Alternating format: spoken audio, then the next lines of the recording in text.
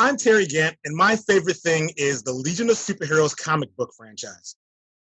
Welcome to the Finding Favorites podcast, where we explore your favorite things without using an algorithm. Here's your host, Leah Jones. Hello and welcome to Finding Favorites. I'm your host, Leah Jones. I'm recording this intro on June 6th. This is for an interview with Terry Gant that I recorded on May 25th. So what I want to address is that Terry and I recorded this episode the same day that George Floyd died. So Terry is a black man from the South Side of Chicago. I am a white woman from Indiana. I've lived in Chicago for 20 years. We're going to have a rocking conversation about comic books. And we talk about COVID and the pandemic. But since you're listening to this in the future, you're going to think it's really weird that we didn't talk about George Floyd or the protests or the massive change that's coming to our country right now. I can imagine if we recorded the podcast anew, it would be a completely different conversation. So I just want to acknowledge that this is from a point in time before the world changed. Man, I hope the world is changing right now. I really believe we could have it in us this time. Terry is someone I met in the early days of Twitter in Chicago when all you needed was a Twitter account as an excuse to meet up in a bar. He became a dear friend. He and his wife, as you'll hear us talk about, kept my mom company at the hospital during the only surgery I've ever had. I had a 9-hour surgery and they were in the hospital the whole day with my mom. So he really is like a brother to me. I also mess up the count of siblings I have. I have a twin sister, older brother, and an older sister. So Terry is then my second older brother. Apologies to my siblings for the brain fart on how many siblings I have. But this is an exciting episode. Terry takes us on a journey of how he found his favorite comic book when he was 11 years old, and how that path took him to owning Third Coast Comics, which is a wonderful comic book shop on the north side of Chicago. And he's reopening soon, as soon as we're in phase 3 of the COVID rules. And so we get to go shopping and support our local comic book shops. So thank you for this. But stay safe, stay strong, take care of yourself. Here's Terry Gant.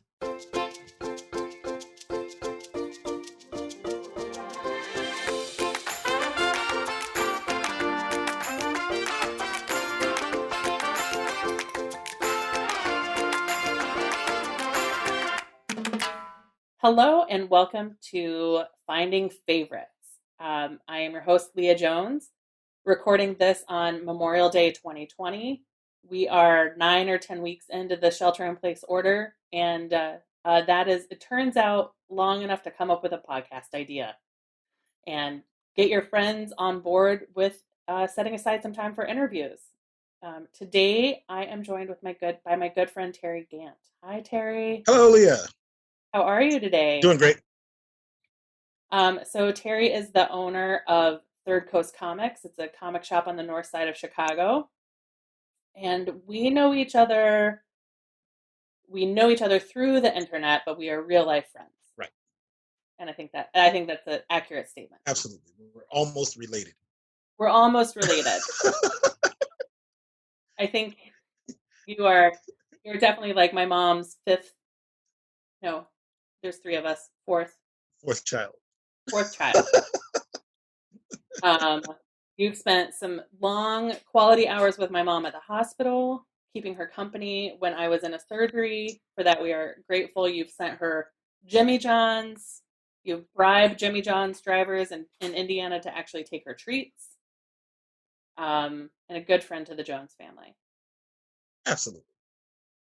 Mom's pretty great. She's pretty great. We like her. So,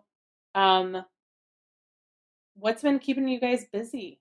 So for me, with the shelter in place happening, Third Coast Comics is not officially open, but I've been doing mail order for customers who email me and just tell me what they want, right? So I'll go in once or twice a week when I know anything that I've ordered to ship to them is arriving. So every morning I look for UPS tracking numbers to know what days I have to go into the store. And then while I'm there, I just do all this like packing and shipping, and I'll do curbside if anybody has placed an order and they want to come by and pick it up. What it's kind of made me do is it's made me have to, like, while I'm not in the store as much as I was before, I've had to get a lot more organized about how I sell a thing or like kind of deal with transactions, because everything's a little different now, right? Like I don't even really need people coming into the store to like even swipe a credit card for things that they order. I just do a bunch of invoicing, send the invoices out. It includes either shipping totals, taxes, and all that, or none of that if they're just going to pick it up. And if they pick it up, it's literally me putting things in a bag, walking outside, and tossing a thing into the passenger seat of a car. Yeah. You know, I heard through another podcast I listened to that one of the big comic book distributors was shut down for a while at the beginning. Did that impact you? that was the best possible thing that could have happened to me specifically, because the worst thing about the pandemic, as far as like, from a business standpoint, was accruing bills for comics that I've ordered for customers while having no customers who can come and buy them. Right. So Diamond comic book distributors deciding they weren't sending any comics was because they also weren't accepting any comics from publishers. And them doing it that way means that for up until last week, basically, last week they resumed shipping. All that time I was able to ship out product and have very little in the way of bills for those comics. Right. Oh, what a relief. Yeah, so that was fantastic for me.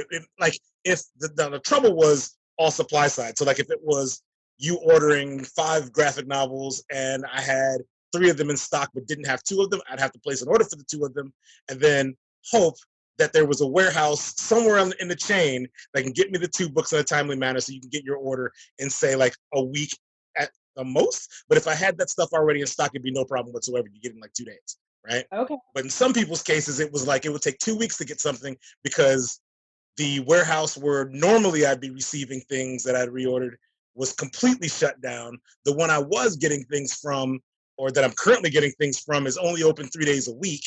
It's partially staffed. So it's a complete toss-up if I have to make an order for someone. But I don't want to tell a person, hey, I can't get you that thing because it's not in stock. I'd rather say, yeah, don't worry about it. I got that thing for you. And then if I can provide updates as to like when you're going to get that thing. But that's even hard to do because I know when you should be able to get it. I don't really know when you are going to get it. Right. Yeah. Right. And are you finding people are expanding their like their graphic novel and comic book orders with you? Like, are people staying at home consuming more, consuming different? I think that most of the orders I filled were regular customers who just wanted what they already had, and a few of them added a few extra things. I don't know that going forward they would keep doing that. They just wanted to really support the shop. And a lot of people were ordering things because they knew they were going to have minimum a month at home, right? So ordering 3 or 4 graphic novels because you got a month at home just means that's 3 or 4 graphic novels you ordered. You probably won't be doing that every month, you know? Right. Once we're open again, so I guess my portion of the business being closed order ends on the 29th. So when we are open, we'll have, we won't have full hours because the walk-up traffic just won't be there. And my store is on Loyola University's campus and they're shut down completely. So without the same customer base we used to have, I'm going to do things a little bit differently. I'll still be doing mail order. What it probably means is I will know immediately if any of my customers have dropped off, right? But I also will have regular communication with the customers that I do have. Right. Even if it's like it's not a $50 order, even if it's like an $8 order, it still means that's an order done and that's bills covered, and that's fine for me. Good. Will people be allowed to come in the store? Or? Yeah, I think in my case, my store is already small, right? It's like 250 square feet. So it's a tiny comic shop where I'm going to have to say like a maximum of 2 people at a time in the store. But that's because I also in the neighborhood get a lot of like parents with kids. So I don't want to, if I say 1 person at a time in the store, then it's going to be tweaked anyway when a dad comes in with his daughter, right? Or a mom comes in with her son. Like 1 family. Yeah. 2 seniors or 1 family. Yeah. So like that can be done. And then basically anybody, if other people want to come in, like they can hang out. There's like a vestibule area where they can hang, or they can just wait outside. Like everybody's going to adjust to this. I've seen, like I live in Evanston, and up here, I was walking by Benison's Bakery just the other day and there was a line practically out to the street of people not quite socially distant, but they're distant. The store has distancing because the bakery's small, right? So I was in there a couple of weeks ago, and they had markings for 6 feet, and at the second set of 6 feet, you're at the window, right? So like you can't really, you can't get three groups, you can't get three people staying 6 feet apart in there. So everyone else is outside, right? And that's just how it's going to have to be. And I think folks will adjust. Yeah, I went to I went by On the Route bicycle shop yesterday, just to see what if they had any what the bike situation was, because I've got a bike and I was just like, oh, it might be nice to have something more upright. And their line is people just are like on one block of sidewalk, then the next, and you have to mask up to go in, but they were working the line. Yeah. And if they didn't have why you were there, they were just like, go home. Right. Don't bother coming in. There's no point. window shopping. Right. And Budaki's, which is a good hot dog gyro joint, Korean chicken joint down the road, they've put up plexiglass, marked out the 6 feet on the floor inside. Yep. So.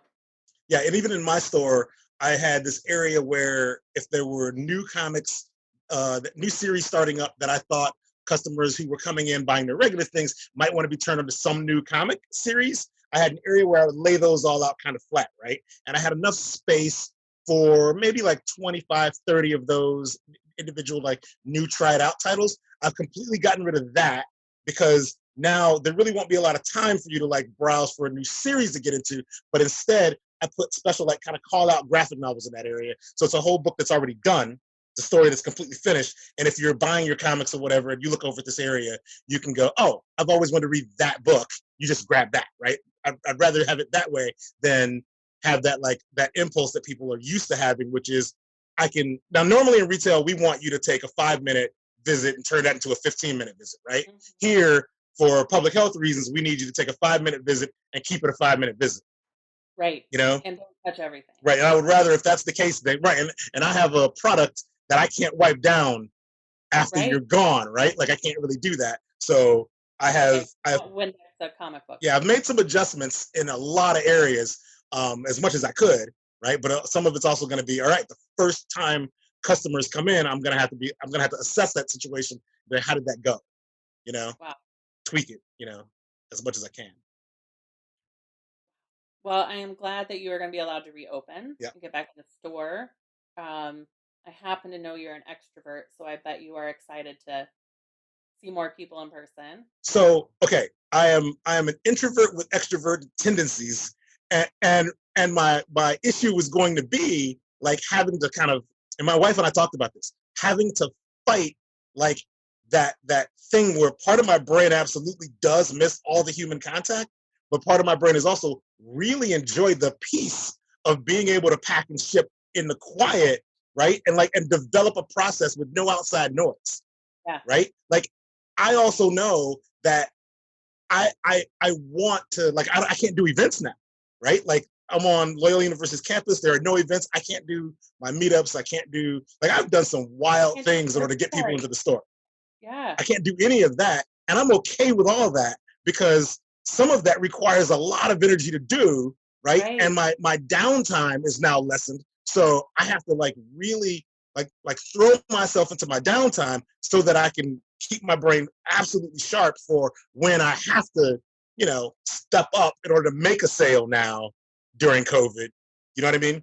And all of it, I just like today, I started puzzling through my real goal here can't be like keep my business afloat per se now that we're reopening or get back to the way it was. My real goal has to be like be on top of it enough now that we can reopen, because in the fall, if there's a relapse, like when if we collapse again in the fall, not only will it be bad because now we're going to have another shutdown, but it's also now not headed towards better weather, it's headed towards worse weather, right? Mm-hmm. So I have to run a retail establishment where in an environment in which I won't have customers and there will be no outdoor incentive for you to get out and even try to support your local businesses any way that you could. You know what I mean? Oh boy. So really my aim is when we open officially on Friday, my aim is going to be run the business so we can survive October, November, December, January, February. Like that's the idea, you know. It's a good plan. Or at least a good idea. Let's see if I come up with a good plan for doing it. Yeah. Oh boy. And that's how everybody ought to be thinking about it, right? Like if you're a restaurant, don't think about we need the business open because we got to get our patios back and we got to, you know, get our brunches back and we got to like open this Bloody Mary bar. If you're a restaurant, you probably got to be thinking about what do we do when it's not summer and Right. COVID's worse, right? Yeah. You know, Yeah. you're opening not because you need to make that money now. You're opening because you're going to need that money, you know, And come the fall. winter. Yeah, fall and winter.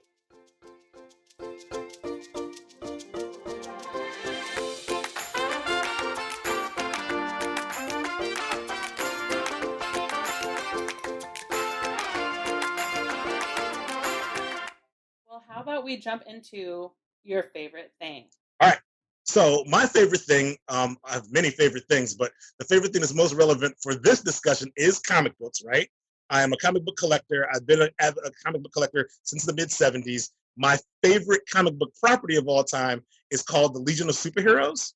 It's a comic book, it's a superhero team of teenage superheroes from the future. So they're 31st century superhero team, and they were basically created to be like buddies to Superman when he was a teenager and he was Superboy. So it's like, you know, Superboy needed a club of other superheroes to hang out with. So the Legion of Superheroes gets created, and that's who he hangs out with because he doesn't have any other superhero peers who were kids, right? So it's kind of the idea. Because I'm, is this a DC or Marvel? DC thing. DC thing, yeah. DC Comics. Their first appearance is in a comic book called Adventure Comics number 247, and it was 1958 when that debuted. So their first appearance is in 1958. So how did you land on them as your favorite? What were you reading before? Were you like reading a bunch of Superman and then you found them and you're like, they are the best? And then I had a two-part kind of a problem, which was I definitely liked comic books already, but I didn't have a lot of money as a kid. So the way it would work is if I had to ask my mom for money to go buy comics, she would give me money for comics. But if I went out and bought a Spider-Man or a Superman, I got like one superhero. And as what I learned was that I was more interested in learning about every superhero possible, right? Yeah. So like just the Adventures of Batman just wouldn't do it for me, but the Fantastic Four would have 4 characters I can learn about, and the Justice League, let's say, would have 7. The Avengers might have 13, right? So like the more characters you put into a comic for me as a kid, the more I was into it. And the Holy Grail became the Legion of Superheroes, which I discovered had 23 characters, 23 members. So now I don't know of anything, I had not found by the mid-'70s a superhero property that had more characters on a regular basis than the Legion of Superheroes could possibly have. All 23 wouldn't be in every issue. There might only be 4 or 5 or 6 in each issue, but there was a possibility of mixing and matching any of those 23. And and they were also all teenagers. They were all kids. So like that was part of the draw for me.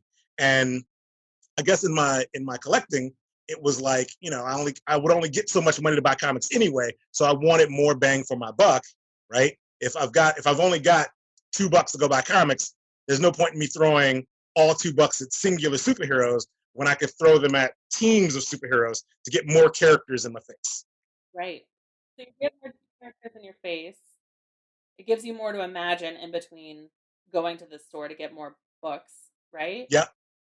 And I found that the writers who wrote team comics back then were doing to me a more difficult job, right? They didn't just write a hero versus villain story. They also had to write interactions between those characters. So like comics having a certain drama to them, if you're going to bring the drama, you're not just going to bring it between like a good versus evil. You're bringing it between whatever the issues are all these characters have with each other and the worlds around them, and how they developed over time, where they came from. Like all of this mattered, right? In any of the team comics. So that's what I always gravitated towards.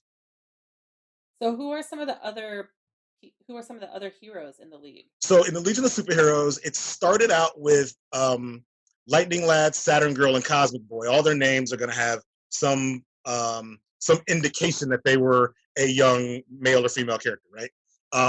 So the other thing that drew me in was each member of the Legion of Superheroes had generally one power, right? So every time they would introduce a new character, it's like, what's this guy's power going to be? Like, how interesting would that be if twice, 3 times a year, they would have like these membership drives and characters would show up to the Legion to like try out for the team, and some would make it and some would. It was literally like trying out for a team and then them voting on whether or not you could join, right? So there are issues in the Legion that are auditions. Yes, absolutely. And they're like, for Legion fans, these are their favorite. This is always awesome because sometimes you got in and sometimes you didn't. And the writers, knowing that they were writing for kids, they weren't always writing very serious auditions in the 50s and 60s. Some of these characters were ridiculous. Some of them were great. So like Starboy had the power to like make things heavier. He would add density to people, to objects or people. Okay. But like Arm Fall Off Lad literally had an arm that would fall off. So he didn't make. He couldn't make your arm fall off. Just his. Just one of his arms would fall off, right? And he's at an audition, and they're like, "What's your special talent?" He's like, "My arm can fall off," and they're like, "Reject," right? There's other characters like there's a character named Chlorophyll Kid, who's one of my favorite characters. Chlorophyll Kid tries to join the Legion, but he doesn't make it because his power is to make trees grow. But they were like, well, what if we go to a desert planet, right? Like, what if we go to a water planet? Then you're kind of like, you're not really useful to us. We can't let you can't join, right? His workaround was he brought seeds with him everywhere he went. But like, if you don't have your seeds, then that doesn't work, right? So there would be some characters with reasonable powers that in other comics absolutely would have worked, right? But in the Legion of Superheroes, it was like, we just can't see it, right? So you can't. Sorry, bro, you can't. We can't let you in, you know. So when Chlorophyll Boy auditions, is that like a 3-page audition? In the audition issues, some of it would be the entire issue in which characters were legit stressed about whether or not they would make it. And in some cases, it was like, oh, no, that's a really dumb power. And it's 2 panels and you're out, right? But then in a lot of these issues of the audition issues, someone would always join. That's how we got up to 23 members, right? Okay. It started out with just 3. Then it was like 8. Then it was like 12. Then it was 15. And at the peak kind of like mid 70s, early 80s zone, we kind of maxed out at 23. And then members would leave and members would join again. There were rules like if Legionnaires got married, they had to leave. Like this is a thing. Like you couldn't. So Saturn Girl and Lightning Lad got married to each other. They married each other? They married each other. So that was that the two of them had to leave. And then they did a membership drive so other people come and join. Like this kind of stuff would happen. Or like there'd be politics, right? So like on someone's home planet, there'd be some political strife and a member would have to leave to go home and just make sure their family was okay. So then they would do a membership drive. And, they would also do this thing.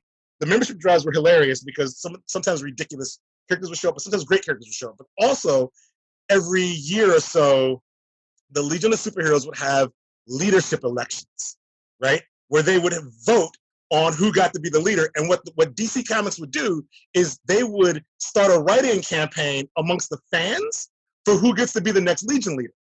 So the kids reading the book gets to write letters to decide the cast votes, right, on who they want the leader to be, which would make the writers have to then write to that, right? So like it's one thing if like characters who seem like natural leaders, like there's a character named Mon-El who's kind of like a version of Superboy himself, right? So like if you voted him the leader, he was a fan favorite character, and a lot of readers could easily see that guy being a leader.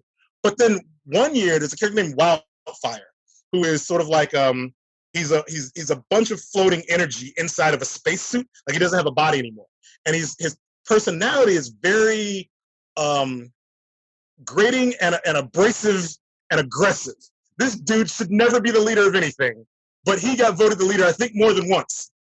If you don't have a body anymore and it's just your essence in a spacesuit, yeah, you can be a little gritty. Yeah, and he was completely bitter about it because he while he had all these amazing energy powers, he was totally a tragic hero. Like he could have easily been a Marvel Comics tragedy character because Marvel is the comic book company of tragedy. But he was a DC character, but not a Marvel character. And his tragic thing was he had no body. It couldn't experience touch and sensations and senses. And there was an amazing love story between him and this character named Dawnstar, who basically her power, she had wings. She could fly through space with wings, and she could track anything anywhere, right? And they were in love with each other, and they did this amazing level of drama between them where they could not physically like come into contact with each other because he's a spacesuit, right? But they had all the emotion required for a soap opera drama between Dawnstar and Wildfire. If there are two characters to bring back in this pandemic, it sounds like they're good. Bring them back. Absolutely. A love story of two people who can't touch. Yes. Yes. Yeah. This has been done in comics multiple times with characters who cannot touch, who are intense dramas with characters without the sense of touch. Yeah. Wow. Or the ability. Rogue of the X-Men, for the longest time, her thing is she can't touch people because she'll absorb their memories or absorb their powers, and if she touches them for too long, she'll absorb them permanently, right? Which is a problem for her, you know. So that's one thing that character. Totally, all the drama surrounding her inability to have physical contact with people, right, is what totally made her a fan favorite character for so many years, for so many people getting into the X-Men. I thought I think I only know her from a video game. Is that possible? It could be possible, yeah. And she threw tornadoes at people? Storm throws tornadoes at people. Rogue throws people at people.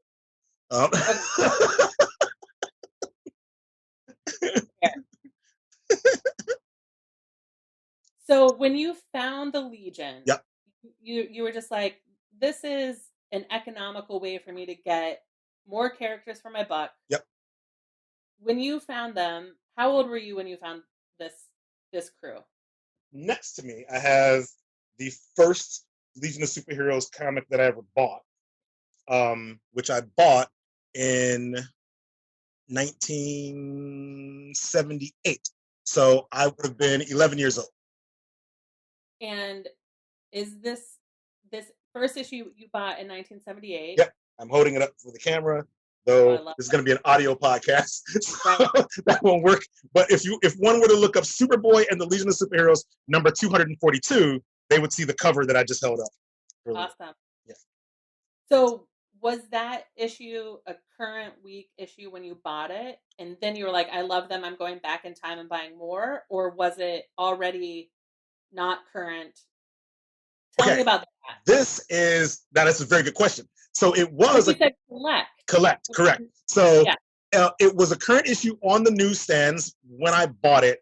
And when I bought it, I didn't know comic shops were a thing that existed, right? I bought comic books at newsstands around my neighborhood, anywhere between 2 blocks and like 2 miles from my house that I would walk to, right? Okay. And every newsstand wouldn't stock the same product. So like if I wanted Legion of Superheroes comics, what I had to do was find out which newsstand was most likely to have ordered it, and then make sure I got there once a month to that particular newsstand to buy that comic. I lived at the time at 77th and Yates, which is like South Shore area, not far from the South Shore Community Center.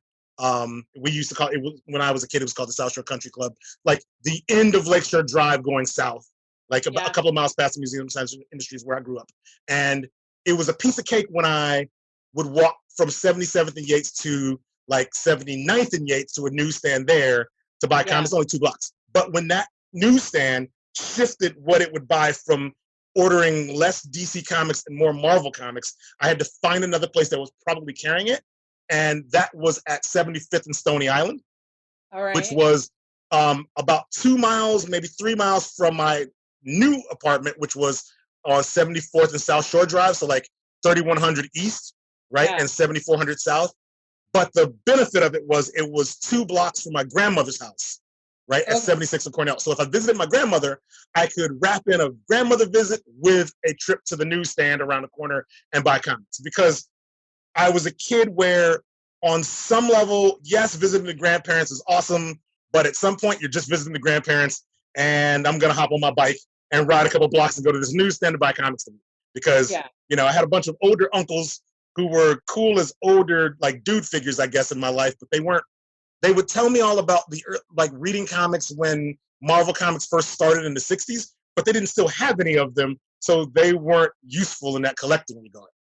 I don't really want to hear about how amazing it used to be and how you gave it up when you discovered girls. I want to see the damn comics now, mister, right? Since they didn't have them, like, I don't want to hear the war stories, bro. Like, where are the comic books? So I would go to the newsstand, and I didn't know what the schedule was for comic book releases. I wasn't even sure when I was 11, I wasn't even clear. Maybe I was clear that they were monthly, but I didn't keep track of which week of the month they would happen. So I had to, whenever we had to visit my grandmother, I would be like, I'll be right back, hit this newsstand to see if they had it. And then once I kind of got it down that, it is a monthly thing, and here's about when it would happen, I would sometimes bypass the visit to my grandmother's and just go straight to the newsstand from home and take the 2 or 3 mile trip back. Right? Yeah. Now, it was a lot of walking involved because, like, there was no bus tracking back then. And while there was a 75th Street bus, who knows when it would ever show up? I would just start walking. I walked everywhere back. So at what point do you realize there's a thing called a comic book shop and you can start getting back editions? Or possibly like, so yeah, and that became another challenge for me as a kid with not a lot of money.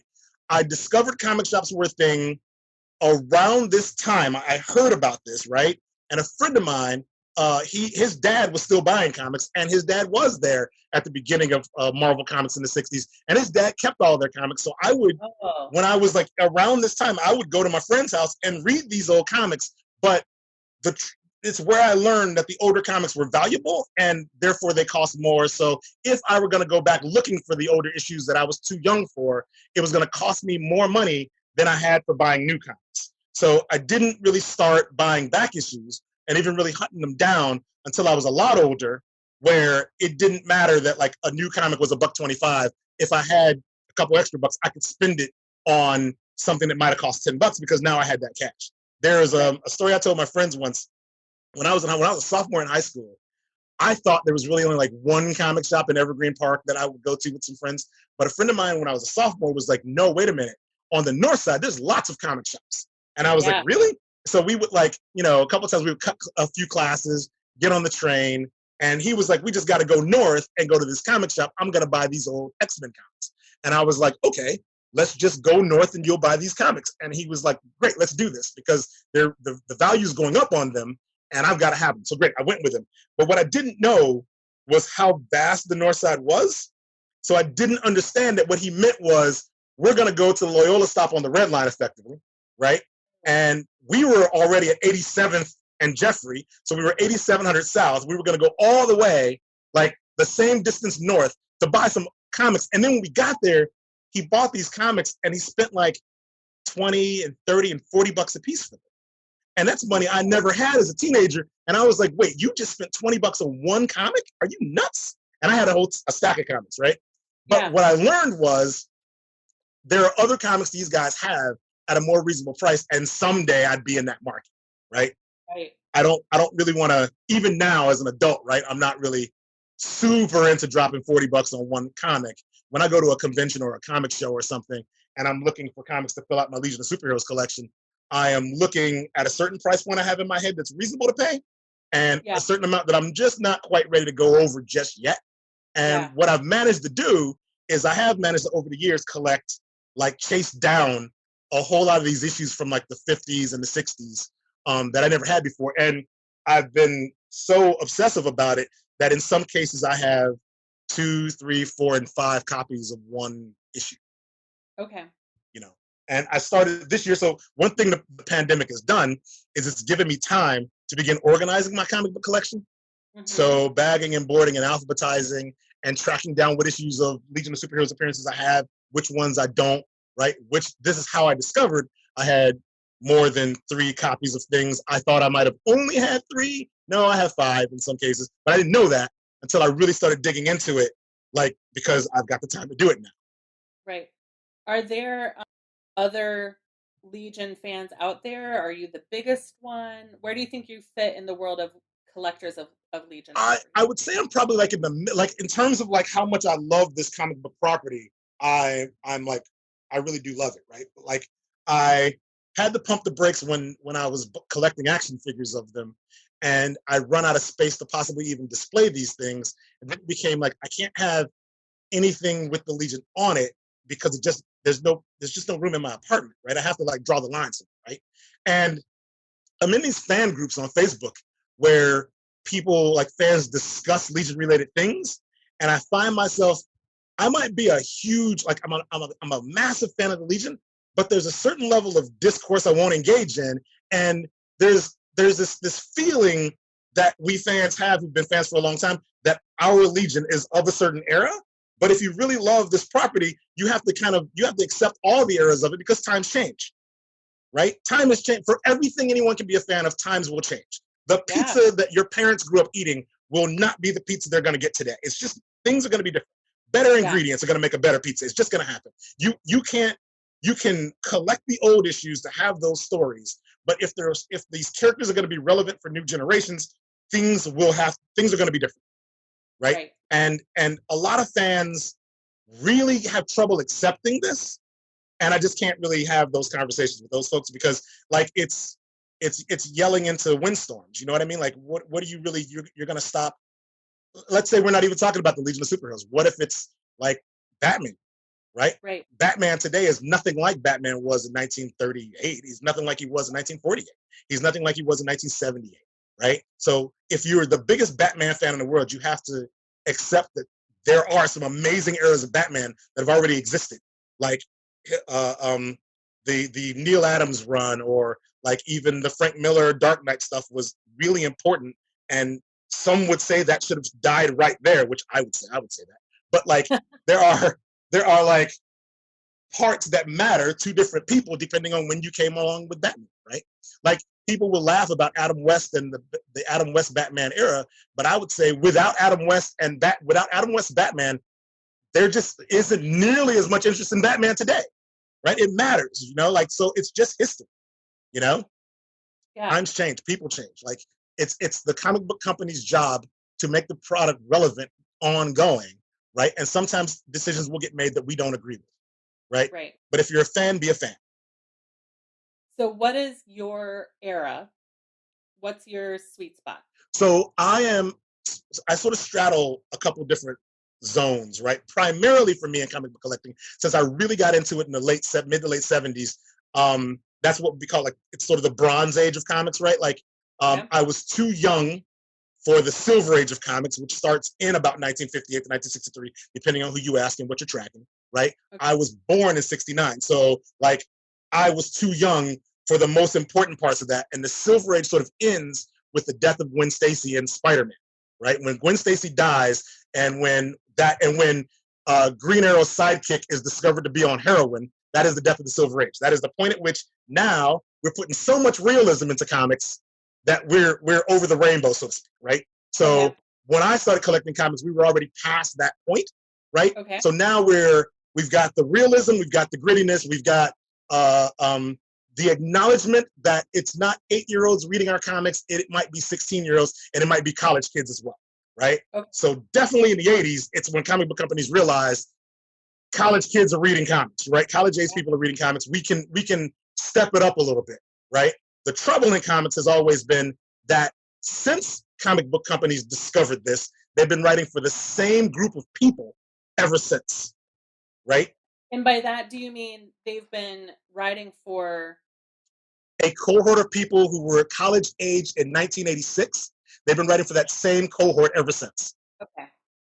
It's almost like how in the Harry Potter series, the first Harry Potter book is meant for people the same age as Harry Potter. Right. And every book, the audience grows up with Harry. So this is the people that write these comic books have continued to write for this group as they've aged. This has been a problem because the next thing is, how do you get new people into comics, right? If you were 23 years old in 1986, right? Well, in 1996, you're going to be 33, right? Like, as this happens, suddenly comic book companies start looking around at some point in the 2000s and like, where are all the new people? Why is the comic book base dwindling, right? Well, it's because about midlife crises of Batman. Yes, that keeps happening, right? So as that happens, you're going to lose people who've been with you, right, through attrition, and you're not making a product that's relevant for new people coming up. And we finally hit a point in the last 10 years where lots of creators have come along realizing that, man, why in the world are we still writing comics for like 55-year-old dudes, right? What is going on here, right? And it's been the last 10 years, a shift has happened where people are coming up from different disciplines to write comics to like attract women, right? Attract minorities, to tell different types of stories. Everything doesn't have to be like, I might really be into the reasons why sidekicks were important, right? That might matter to me as a comic book fan, but I also realize that I'm not the only person ever reading comics. Right. Like my sister, if she wanted to read comics, is not going to be into the same thing I'm into. My sisters are 5 and 10 years younger than me, right? And they have different focuses in their life. They will want to read something that isn't necessarily a thing that like was dreamed up specifically for me. And so much of the industry is almost written to one sort of demographic of people to its own detriment, right? Yeah, that demographic being nerdy white dudes. Absolutely. Nerdy white dudes who are now over 50, 55, right? So something has to change, and something has to always, like I get industries having to say, how do we change it? Well, it takes a commitment to change it, right? And sometimes it takes people going outside of the DC and Marvel structure to make that change happen, which thankfully we've had. Like the independent market in comics now is about as robust as I've seen it since the 80s. That's amazing. Right? It's fantastic. Most of what I sell, like Batman might be my character top sell, right? But graphic novel wise, it is not a DC or a Marvel graphic novel that will top our charts. It will always be some independent thing because these are folks who Marvel and DC weren't really trying to track them as they grew up. So they came into comics looking for something else as their inspiration.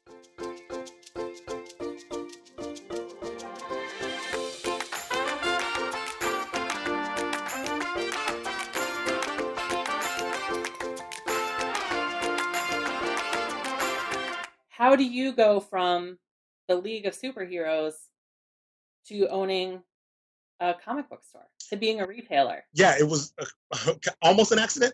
It was never my intention. It was my intention growing up reading comics was like most kids growing up reading comics who were like boys who were also artistic. I wanted to draw comics. Right? I wanted that to be my goal, was someday I'm going to be the guy drawing the Legion of Superheroes. It's really what I like. That's what I really wanted to do. Right. But like back then there was no internet. So the getting feedback for your work was a little harder to do. Right. There was no like there was drawing pages, sending in submissions, getting a rejection or an acceptance, drawing more pages, sending in more submissions, getting rejections or submissions, like or acceptances. That kind of thing it's a tedious process, right? While also needing like a day job, right? And back then, when I really wanted to do that, I had a lot of different interests. So I was playing music in bands at night. I was drawing in my spare time to try to get better because I wanted to be a comic book artist, and I also work a day job. What ended up happening was while I was at my day job, I started going to college, and I took a class that the class was supposed to be about computer security, internet security, right? At least that's the way the class was billed. It was supposed to be like, I thought, how to code for, antivirus and all this kind of shit, right? Like I thought that's what was going to happen. And I was, at the time, my major was computer science. Although I really didn't want that. My friends always joked that I was the only computer science major they knew who had never taken a computer science course. And, and my entire program was designed around taking every class I could take first before they made me code, right? Because I just wasn't interested in that, because all of my friends at the time in the mid 2000s, early 2000s, were losing their jobs left, right, and center, right? And they were all like programmers. So I didn't really want that. So I signed up for this class. It turns out when I'm in the class is really about how to prepare. I guess the instructor, he just shifted focus to like how to prepare your business in case of great disaster.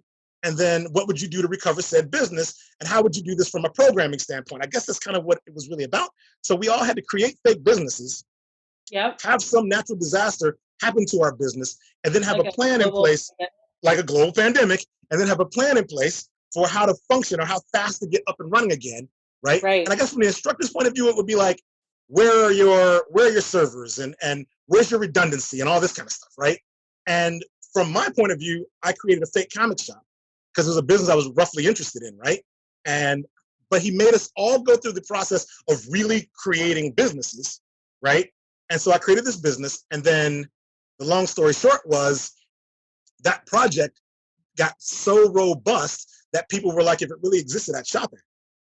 Wow. So we started a online comic shop, which was, we would list graphic novels on the internet. You could buy them there.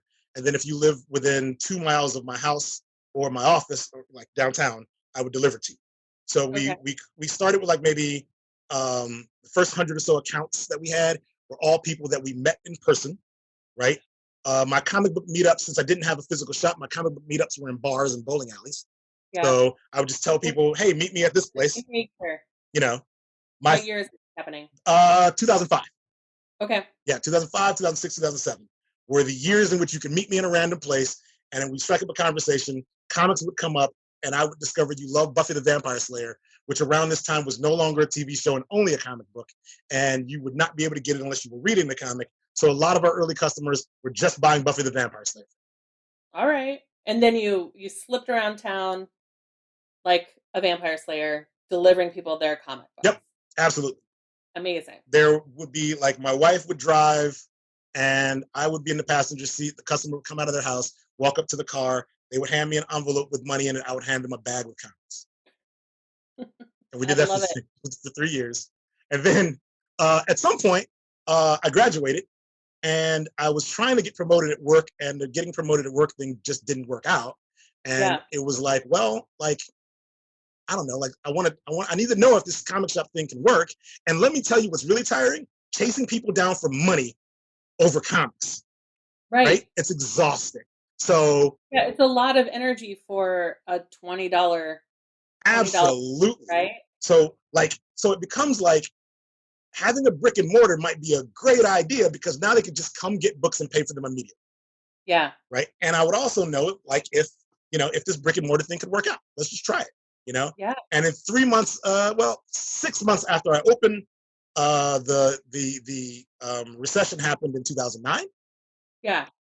So the recession hits, but you're using Twitter, you're connecting with people that way, you're building your business on social media. We started with some people because we were, basically hanging out in bowling alleys and in bars. But you survived the recession, right, and you're currently surviving a pandemic. So how did you? How? I think a lot of it for me is I didn't grow up in business, right? I kind of grew up with this sort of, my natural personality is towards outsiderism. So I don't really have a lot of I don't have a lot of experience with, I'm going to give this thing up now because this looks bad, right? Sure. I don't have the good sense to quit, right? So like, I survive by being tenacious, right? Okay. Because it's the only thing I kind of know how to do, right? Like people need comics. I'm going to be there to give them comics. And if it comes down to, oh crap, everyone's losing their jobs, I order less risky stuff.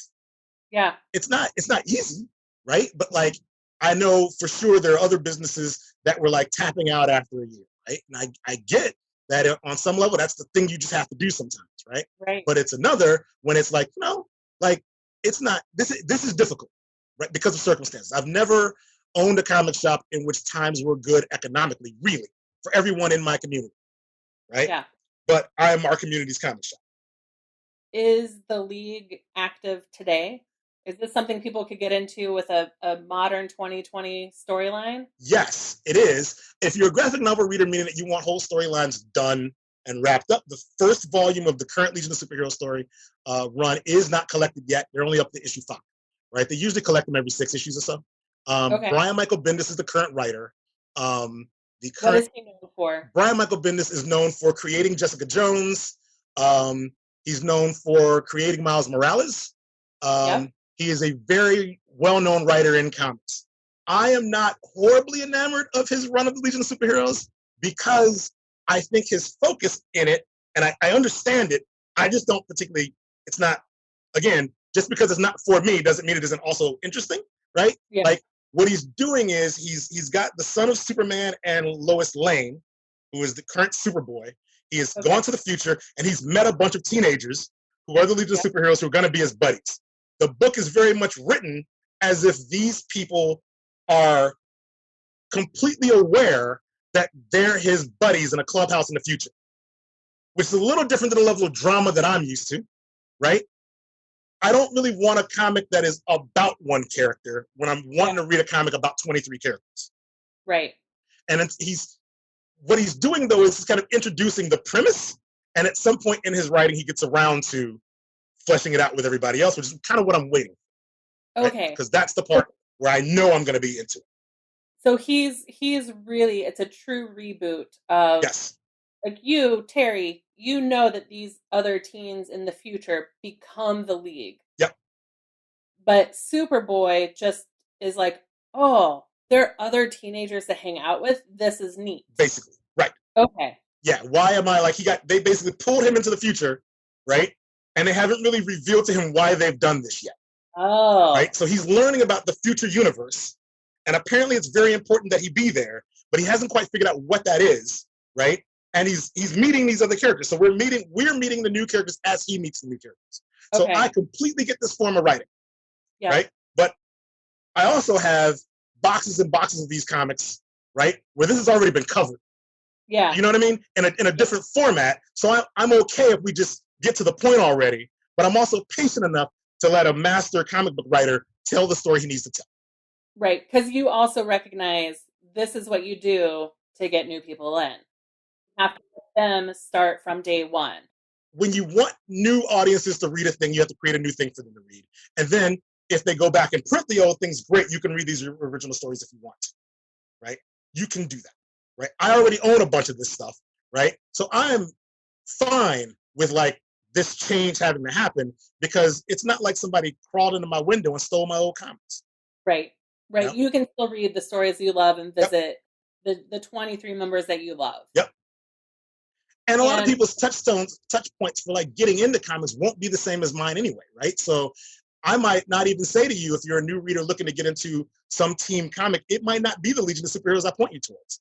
I understand it's an acquired taste to have this many characters in one comic, right? It might be possible the current Fantastic Four run is perfect for you, and that's where I'm going to point you, right?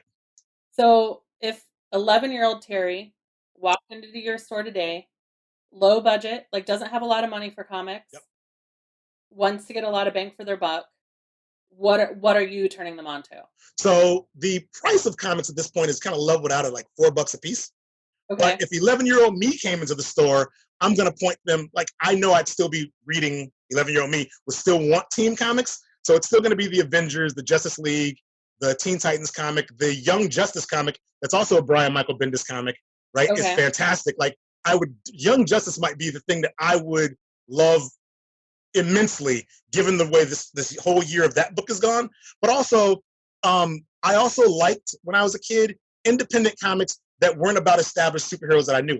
Like there's a comic called Black Hammer by Jeff Lemire that has like 6 or 7 characters in it, and they're all allegories of characters who've already existed for Marvel and DC, but with these odd, weird, supernatural tweaks to them that make them fresh and original. 11-year-old me would be all over that, right?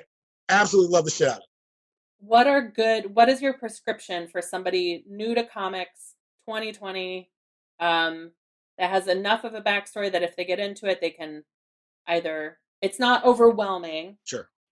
What's a good for like someone in our age group? So, okay, what I do in my shop is a customer comes in and they're like, I want to get into this thing. I say, outside of comics, what are you into? Okay. What do you like to read? What do you like to watch? Like, what was the last thing you read that really floated your boat? Not even in comics, just what is that thing, right? Okay. Because all of us our tastes are, like, even if we're all watching, like, the Lock and Key series on Netflix or She-Ra on Netflix or Hunters on Amazon, right? If we all watch those things, we're still going to come away with them with slightly different tastes in what we want next. But if I find out from you what you're into, like what really works for you, that's where I guide you in my store. Okay. Right? So just about everyone in my store has loved Saga by Brian K. Vaughan and Fiona Staples. It's by Image Comics. It's basically Romeo and Juliet meets Lord of the Rings in space. Yeah. Or Wicked and Divine by Kieran Gillen and Jamie McKelvey. Okay. It's a comic. It's a book about every 90 years, a bunch of deities come to Earth to resolve their differences and take care of unfinished business. But to do it, they have to possess the body of a human, and the human has to agree to it. But if they agree, the human will die in 2 years. They get godlike power, but they'll be dead in 2 years. But they get to be like a pop star or whatever. They use their powers for whatever they want to use them for those 2 years. And that was like, those two things are probably two of the most like of things that have come out in like the last 6 or 7 years or 10 years even, like the best for new beginning graphic novel readers. Yeah. Some people, like when they discover something on Netflix came from a comic, like Lock and Key, for example, right? Then they're like, I heard this was a comic. There's only 6 volumes of it. Lock and Key is a great place to go if you want a supernatural thriller that doesn't involve, like, say, the 10-volume investment of Neil Gaiman's Sandman. So I have like certain books that like I point people towards when they're just starting out. Nimona by Noelle Stevenson. That's one for someone starting out. Like I will absolutely, and it's like a great, like even like all ages kind of thing. Like I point people towards that.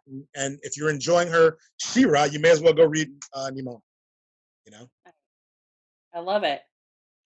Yeah. So Terry, how can people get in touch with you? How plug the shop, plug your social media. So yeah, my shop is Third Coast Comics at 6443 North Sheridan Road in Rogers Park.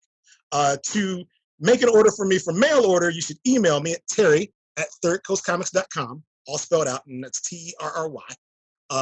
My Twitter, I have two. So my personal Twitter, which is where everybody else knows me, is docmidnight@gmail.com.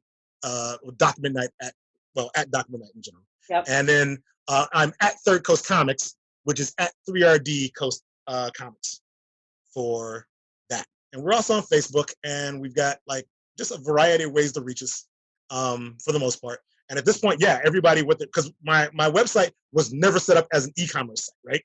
It was always meant to be, this is where our events are, as an event-focused site, right? So it is email me, and then we'll work it out from there, because there's other things I'm going to need from you anyway. And I feel like it's the same kind of personal service, whereas like as if you'd walked into the shop. It's a bit old school, but for now, this is what we're doing. Well, thank you so much for joining me in the early days of Finding Favorites before we know what it is. I like this. This is a great thing. This is a great format, and it looks like you're just rocking it with like that, like a Yeti mic and like Zoom. All right, let me know if you ever want to talk about my obsession with professional wrestling and progressive heavy metal music. I will come back. Well, thank you. You're welcome. And, I will see you hopefully in person soon. You got it.